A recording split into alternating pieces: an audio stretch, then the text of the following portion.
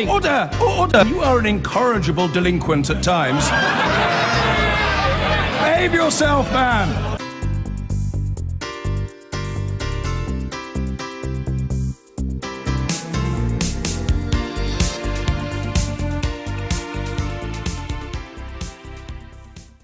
Now, the Conservatives made a campaign promise to leave Britain's nature in a better state than they found it.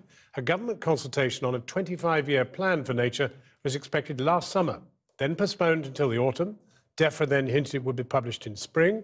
But as the daffodils come into bloom, it's still not materialised. Today, MPs and campaigners are crying foul, arguing the delay is now putting our environment at serious risk.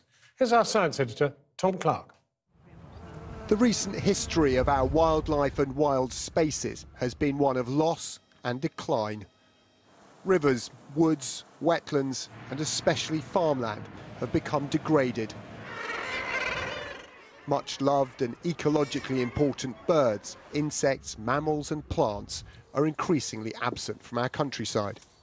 Britain's nature is in a terrible state. More than 50% of our species are in decline, 10% are threatened with extinction. But there are some positive signs, if you know where to look. Beavers, as you may already know, are back in Britain. Devon Wildlife Trusts are overseeing the reintroduction of the wood-munching rodents here on the River Otter. And it's not just because they're charismatic mammals, but an example of how animals can make ecosystems as much as the other way round. This is a tree that the beavers would have gnawed down last summer. Probably, yeah. And then all this fresh growth coppiced up, so it's like a newly coppiced stool, and they will keep doing that. It doesn't kill the tree, it keeps this area very dynamic, it keeps it an open woodland environment. Reintroductions and nature reserves are all well and good, but only go so far. According to campaigners, what Britain's nature really needs is a plan. And the government needs to understand that the natural environment is the underpinning of everything we do. So if you're a farmer, you rely on healthy soils and a decent water supply to grow your crops. If you're the rest of us, we drink water, we want that water to be clean. We live in a time of huge uncertainty, so we're planning to come out of the European Union. 80% of our environmental protection legislation is tied up with the EU. And as we leave, we desperately need to replace it with something just as strong, if not stronger. Way back in 2015, government said it would consult on a long-term strategy to preserve nature, a 25-year plan. But 18 months later, it's yet to emerge. At the moment, everything is up in the air, and uncertainty is bad for the environment. It's bad for the farmers who care for the environment, it's bad for the charities who are planning their investment, and it's bad for people who don't know what sort of environmental protections they're going to lose. We need to get all of this stuff out there so we can start the big national conversation about how we're going to protect our environment once we've left the European Union.